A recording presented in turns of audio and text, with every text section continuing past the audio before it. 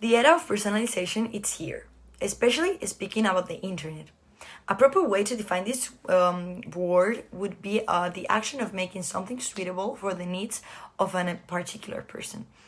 This is the main reason why we get constant recommendations about products on our user browsing history. What we have clicked in the past would determine what we'll get to see or what we see. To explain this in an easier way, and as it says in the text, personalization is shaping the way information flows. Democracy requires a reliance on shared facts. In other words, it requires the population to be able to see from one another's point of view.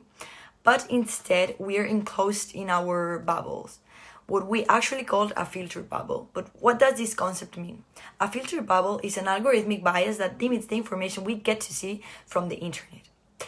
We could say that it isolates society from information in which you haven't showed or expressed interest in, but that could be from interest to you. A notable consequence of this rapidly expanding personalization is the impact it will have on the news reporting area. Quoting from the book, "News shapes our sense of the world, of what's important, of the scale and character of a problem. It provides us the shared experience and knowledge on which democracy is built." These vital parts of our daily life, once managed by big broadcast TV channels led by trustworthy journalists who told the everyday issues of society and democracy, are falling closer and closer to an end. The phenomenon of people-powered press, news made and distributed by the people, by the professional writers and editors, are taking a turn for the worse in the near future. Given that a machine is cheaper than a pro, many will choose to not adequately pay the pro.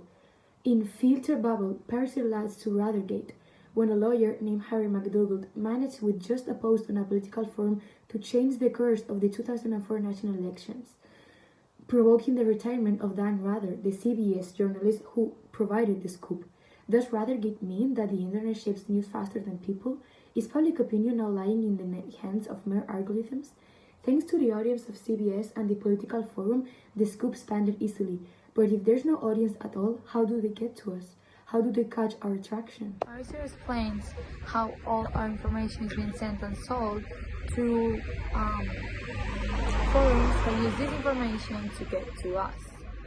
Using, for example, advertisements that they already know we're going to click on and be interested in.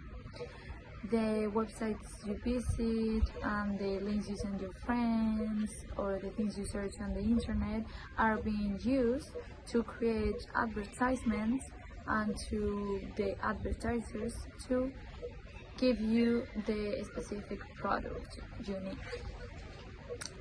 And these platforms use specifically tailored pages to get to the customers and get more sales.